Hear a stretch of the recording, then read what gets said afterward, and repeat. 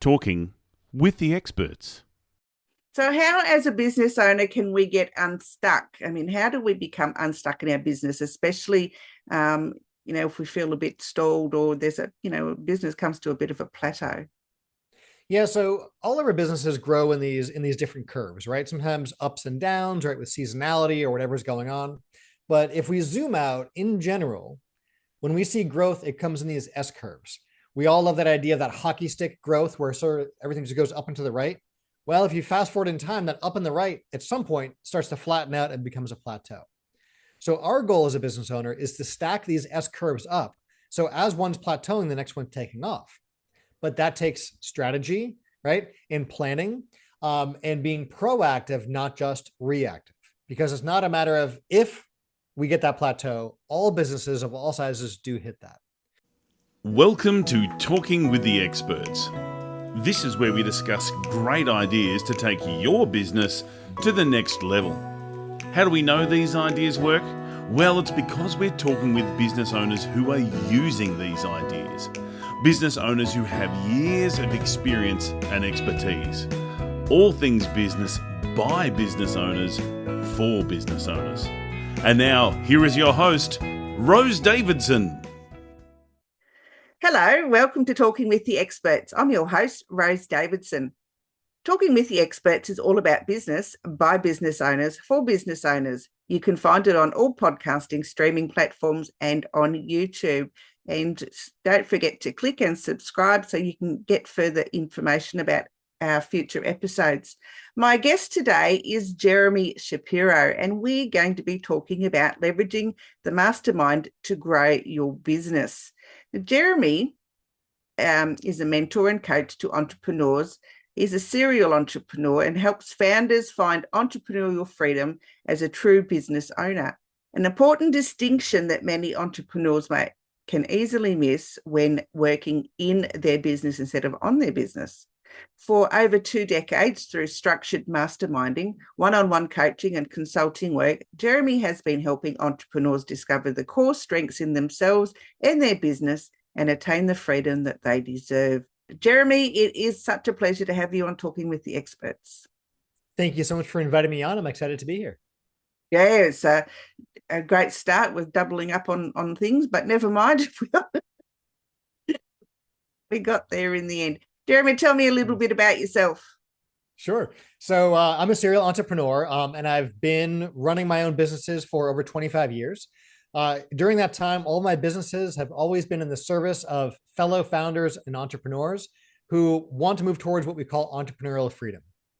Oh, okay. That was short and sweet. Very good. How did you start doing what you're doing? Well, my first, when I say real business, was in high school. And by real business, I mean, we had, multiple customers, we had multiple team members. We were, had a sales process figured out, and we're actually building a real business. Of course, I had, many of those fun childhood businesses, but that was like the first real business, and things really scaled from there. And again, this is, a bit over 25 years, of pivots and changes since then. And as a serial entrepreneur, what I think is so cool is as I've found gaps and, in the marketplace or opportunities within my own businesses, that's often turned into launching a new business, or testing out an idea to see if it's got legs or if it's a good idea.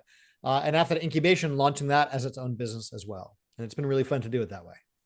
Wonderful. Yeah, it's a great way to start. You start early, and you build up that muscle in your brain where you can overcome a lot of challenges that go with starting maybe later in life. Jeremy, I'd like to ask you about what are some of the differences between working in and on your business, because a lot of people are a little bit confused about that process and don't really know the difference. And if you could just explain that to us. For sure. So when we talk about working in your business versus on, this really comes down to the kind of work you're doing, right? Especially for our more technical founders who have started a business, doing a trade or doing a service that they themselves perform. That's the work in the business, right? So if you start a plumbing business, right, the work in the business is doing the actual plumbing work, right? So if you have an agency and you're working directly with your clients, that's doing the work in the business. Now, contrast that with the work on the business. These are the things that can really help you to grow the business strategically. This might be working on your systems, working on your hiring, working on your planning, your product roadmap, your strategy, all those things that can help the business to really grow and become more self-sustaining. That's the critical work on the business that is so important for us business owners. If we create the time to do that work on our business, then we won't need to do as much work in the business because we'll have the systems and people in place to help out. Yeah, that makes a lot of sense. And, but a lot of us working on our business, we can find that a bit challenging. So what steps can we do and to use a stronger workflow so that it's not so onerous? Yeah, so the first real big step there comes down to that time blocking, right? Many business owners, especially more solopreneurs, start their day in a firefighting mode, right? It's the checking the messages and the emails and what clients have reached out to you and just jumping into the fray and getting done everything that needs to get done because you wear all the hats and you have to do all the things. And at the end of the day, you probably haven't moved that much further forward. You've just taken care of whatever's been thrown your way. Contrast that with being more intentional and actively blocking the time in your calendar and schedule to do the work that's important on the business, right? So sometimes for our, burning out, overworked entrepreneurs, this can be a matter of once a week, blocking out an hour or two, right? And then grow that, right? Grow that to half a day, grow that to an hour every morning, grow to 1 day a week, right? Build up to the point that it becomes habit and schedule and blocked on your calendar. So nothing gets scheduled over it. And ideally, schedule this at a time before you're jumping into seeing what fires await you for the day, right? With that clear space in the business, you can do the important work you need to do on the business so that you're not stuck working in it for so long. Yeah, it's really important for us as entrepreneurs to actually work on our business and not work in it. And, this is where delegation, if you're working in a larger team, and, if you're working by yourself, it's where you get a virtual assistant or that type of outside assistance that you can use to better it can only help better your business. It can also help you with your own time, so you've got more time with family and friends. Yeah, well, so what you're talking about right there is starting to build out that team, right? And doing exactly that helps you to effectively buy back your time. There's a founder I was working with who was wearing all the hats in the business. And one of those hats was being the frontline customer service. So when clients needed him, he was there to take care of them. And this was also a guy who loved mountain biking. So he loved being out in nature. That was good for not just his physical health, but his mental health, his wellness. And, our listeners, we know we sometimes get our best business ideas when we're not in the business, but actually away from it, right? So him getting outdoors was so, so important for him and his well-being. Problem was he needed to be there all the time, ready to answer that phone and take care of his clients. So one of the first hires that we helped him out with was getting an outsourced freelancer full-time working for him to be that frontline customer service, answer the phone calls, respond to some emails, and so on.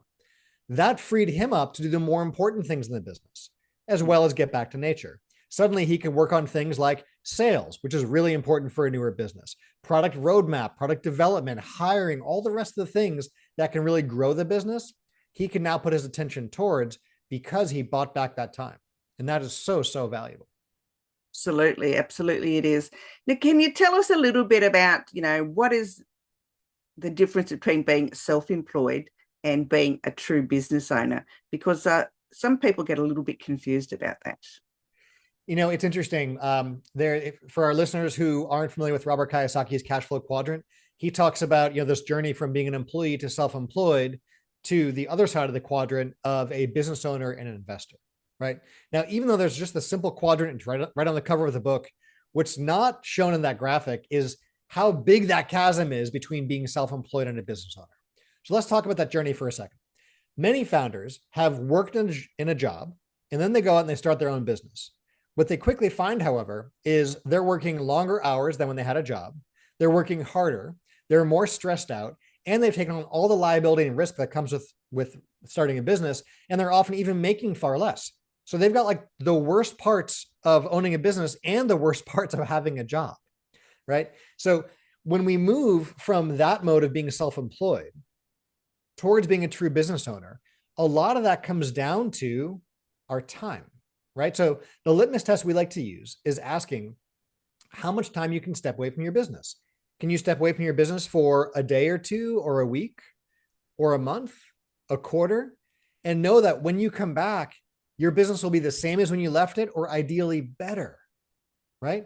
So what's interesting, if we unpack that a little bit, is in order to truly step away from your business for an extended period of time, it means not only do you have the right systems that are proven out in place, you have the right team members and people in place, and the business is not highly dependent upon you.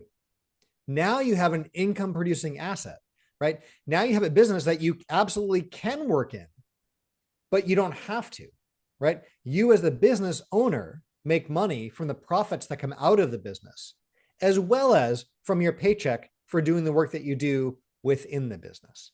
If you're on the self-employed side, you can't step away from the business for very long, typically not more than a day or so. That's because you don't usually have the systems in place, the people in place, right? You also might not be financially set up to do that. And the business might not be generating enough profits for you as an income producing asset. So really that boils down to how much time can you take away from the business, truly unplug from it, knowing you can come back to the same or better business. Absolute sense. I mean, a lot of us classify ourselves as self-employed, and you're right. Being self-employed, you haven't got that luxury of having a 6-week holiday or whatever. But being a business owner, if you've got processes and in place, then yes, you can step away, and you'll know that your business is still going to be there in 6 weeks' time. Sometimes we go about this intentionally, right? For many business owners, they sort of are thrown into this world and only later on realize they've got the worst of this both worlds and then want a way out, right? And that's an intentional change of wanting to create a true business. Other times it happens by circumstance. One of my clients I was working with had a business and he built up quite a great team, and they were doing, on-site construction demolition work with homeowners, right? The business kept growing, was doing really well. And he was out at a job site one morning, writing up an estimate for a client they're going to be working with. And from up the hill comes the trailer with one of those Bobcat, excavators in the back, rolling down the hill. And he looks up in time to see the trailer hit him, knock him over, and drag him down the street. And when he comes to in the intensive care unit, not only was there blood everywhere and broken bones and punctured organs and all kinds of terrible things, right? This was a business that's so dependent on his physicality, right? Not just him physically being there, but his strength and his ability to just jump in and do things. So he's laid up in a hospital room, and he's got guys that going out to the job site doing work. He's got estimates to write up and all the different things in the business that require him. So he had a choice to make, right? And in his case, what he decided to do was bring in technology solutions. So now his workers could check in on the job site from their phone instead of having to check in personally with him. He brought in systems in terms of how to write up sales estimates and how to do the whole sales process. And he hired someone to go do sales and take care of that in-person work. And something really interesting happened.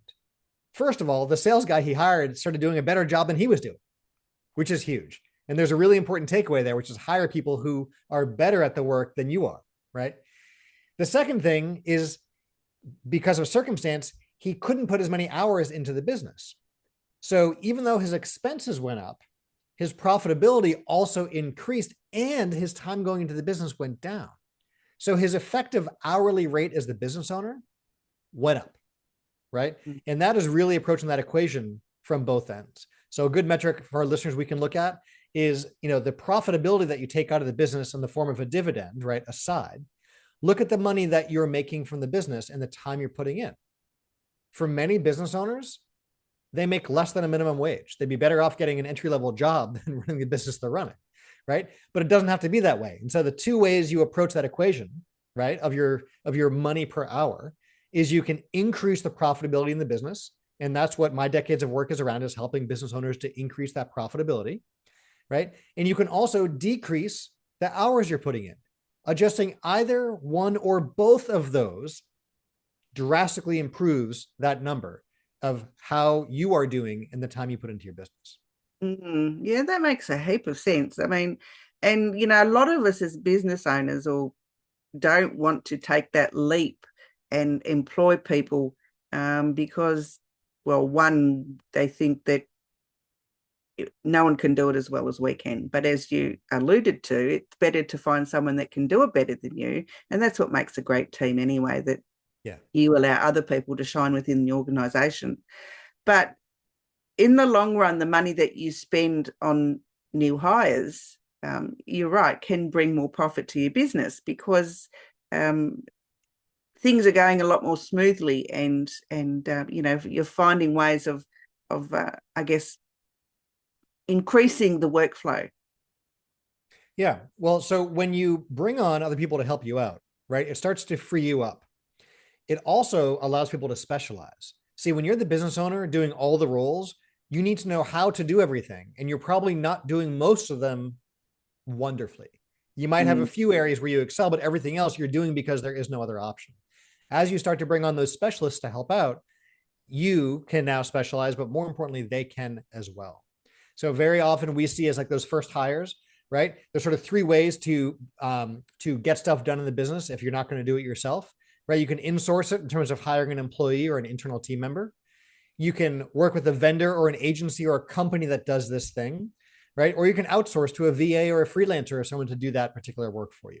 Those are all good solutions, and you can choose what makes the most sense. For some roles in your business, especially early on, they might not be full-time roles, right? So for example, a very common one is bookkeeping and taking care of the books and accounting for the company. This is for a new business, not a full-time job, but you can very easily find freelancers, right? And companies that'll gladly take on that work for you. And now you're not worrying about that, right? Customer service is another important one. Sales you can do, but that usually comes later on, depending on what kind of industry you're in, right? But all these different roles, whether it's an admin or a VA or someone, starts to free you up to do more important work. One of my clients I was working with in his business, the biggest way he generated business was from outbound sales calls. He would call on companies by phone. And every day he'd pick up the phone and he'd make phone calls. This is how he would then set appointments and then have those sales calls later on and get new clients into his firm. Well, wouldn't you know it, the most logical next hire for him was to hire someone to just make those calls. And their sole role wasn't to do the sales call, right? That was still his specialty, but they were to sit there and make those calls, find out about if that prospect was qualified or not, and if they were, to then set that sales appointment. So suddenly the call volume about tripled from what they could do outbound, because now instead of this being one of his jobs as the business owner, it was one person's dedicated 40-hour-a-week job to make those outbound calls and set those appointments. Now he didn't have to make those initial calls. He could just get on the sales calls. Even if that other appointment setter was half as effective as he was, right? He still tripled the volume of the calls that were going out. And so the calendar was getting more sales calls and he could focus on the higher value work in the business. Now with training and so on, that appointment setting ratio can actually get better. But more importantly, there's a system there. Now you can throw more people at that and you can have more appointment setters lining up and filling the calendar for sales calls. And next thing you know, instead of sitting there making, dialing all day long, you're just going from sales call to sales call. And what a difference that made in the business. Absolutely, yeah. It's horses for courses, really, isn't it? I mean, if you're not good at sales, like I'm not, I don't like making sales calls at all. There'd be benefit in me actually hiring someone to do that for me. So yeah, I get the idea. It's just the fact that a lot of us just don't want to let go of that thing, but it does take up all the time. I mean, sales calls take time, and there's time that you could spend on other things. Absolutely.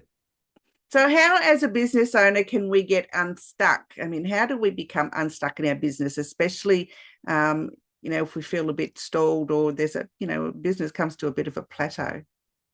Yeah, so all of our businesses grow in these different curves, right? Sometimes ups and downs, right, with seasonality or whatever's going on. But if we zoom out in general, when we see growth, it comes in these S curves. We all love that idea of that hockey stick growth where sort of everything just goes up and to the right. Well, if you fast forward in time, that up and the right at some point starts to flatten out and becomes a plateau. So our goal as a business owner is to stack these S curves up. So as one's plateauing, the next one's taking off. But that takes strategy, right? And planning, and being proactive, not just reactive, because it's not a matter of if we get that plateau. All businesses of all sizes do hit that. So how do we get unstuck? Well, one of the great ways is by, seeking outside help, right? One of my favorite ways to do this is surrounding yourself with like-minded individuals, right? These are other entrepreneurs on that same path as you. They're also moving towards that entrepreneurial freedom and are scaling and growing their business. They're just seeing success in different ways than you are, right? This lets you leverage their best practices. This lets you hear right from them what's working, what's not, and really shortcut your path to success by implementing their keys to success in your own business. The journey to entrepreneurship is often very lonely, but it doesn't have to be. You can go on that journey with others who are going to that same destination as you are. Yeah, and networking really is an important part of having a business. I think, getting those ideas, as you said, from others, that you could perhaps implement into your own business. And, it's not something to be frightened of. I mean, even if you're, quite shy, you can put yourself out there, get out of that comfort zone and, step into the business world and, find your confidence. Yeah. And when we think about networking, right, there's all kinds of, ways to meet other folks, who are out there running their business. If you're going to a networking event where all everyone wants to do is exchange a business card and sell you their services, right? Like that is good in some ways, but that's not the same as like getting together behind closed doors on an ongoing basis where you can really speak about what's authentically going on in your business with that real transparency, share the real numbers, share the real challenges, and also share the real wins, right? It's challenging because as a business owner, who do you really talk to about the challenges you're facing or the wins that you're getting as well, right? Yeah. It's usually, you don't usually get the same kind of support you need if you're talking to family or friends or employees or vendors or things like this. But when you talk to other business owners who are also open to sharing in that closed door environment, that is so, so powerful because you get that support, the acknowledgement of all that you've done and that all that you've accomplished, and the resources and tools and connections you need to get unstuck and unblocked. Because I will tell you this, whatever challenge you're facing, whether it's in your family, in finances, in health, in life, in business, whatever it is, rest assured someone has been there before and gotten to the other side successfully. You don't need to go out alone. Get the support you need. Surround yourself with like-minded individuals who are growth-focused entrepreneurs like you. Absolutely. And, sometimes if you can't, get to networking events because of time constraints for whatever reason, there's always mentors and coaches out there like Jeremy. And, it really doesn't hurt your business if you reach out to them and find that one that really suits you. Exactly. So, Jeremy, do you have anything else you'd like to share with us today? Yeah, usually I always love as a closing thought that idea around entrepreneurship doesn't need to be a solo sport, right? It's more fun as a team sport, meaning you have a team member supporting you. It's also more fun when you're working with others who are also on that same path. A lot of the best practices and tactics that I've learned, from working with clients for the past few decades here on their businesses in all sorts of ways. I've actually realized a lot of the commonalities and frameworks, and that's a lot of what's going into my book that's coming out soon. So, for our listeners who are curious about that, I'm happy to share more on that and how you can apply those best practices with a tactical playbook, not just theory, but the actual practical playbook. Yeah, and we all need those little, steps to take. Sometimes we're a bit unsure of ourselves, and having a book like yours out that we can read and we can keep with us and refer back to when we get a little bit stuck or a bit unsure. Yeah, it's funny. The large shelves of wonderful business books that have been so valuable to me over the years, and I love going back to books I've read before. And I'm sure you've had this experience. You reread a book that you haven't read in a while, and you wonder like who snuck into your bookshelf at night and put that new chapter in there that wasn't there the last time, right? Sometimes books or courses or people are sharing things that are so valuable. It's just not what we need in that exact moment in time. But when we go back and give that a re-listen or a reread, we discover what was there all along that now is everything we need. Yeah, absolutely. Now, you can find Jeremy on Facebook at Bay Area Mastermind. He's on LinkedIn at Jeremy Shapiro. His website is bayareamastermind.com. He's on Instagram. He's on LinkedIn as Bay Area Mastermind as well, and his company page. And he's got an events page as well as bayareamastermind.com/events. Now, do you have something, you've got a product here, or the areamastermind.com? What can people find on your website, Jeremy? Yes, you'll find a ton of great content. I love writing up the stories of folks who who are on this path and are winning, right, and finding their way towards that entrepreneurial freedom. So you'll find a lot of those stories there to read. I also love writing about a lot of our best practices. We have a ton of great content and articles there. For those who are curious about our book that's coming out, you can also, that's right there on the website, bayareamastermind.com/book. You can get on that pre-launch list, get early access to some of the content, and join me on that journey as well. And of course, those who are looking to start a mastermind group, find out more about masterminds, join masterminds, and so on, we have tons of information on the site about that as well. Wonderful. Yeah, so go and check out bayareamastermind.com for all the resources that Jeremy's just mentioned. Jeremy, it's been an absolute pleasure. Thank you so much for joining us today. And I look forward to perhaps having you on again another day. I love it, Rose. Thank you so much for inviting me on the show. Love what you've been putting together. And it's great to be part of the community of entrepreneurs and listeners that you have. Wonderful. You have a great day. You've been listening to Talking with the Experts, hosted by Rose Davidson. Make sure you have a look at our back catalogue over at talkingwiththeexperts.com. And be sure to subscribe to our podcast so you don't miss out on any episode. We look forward to your company next time.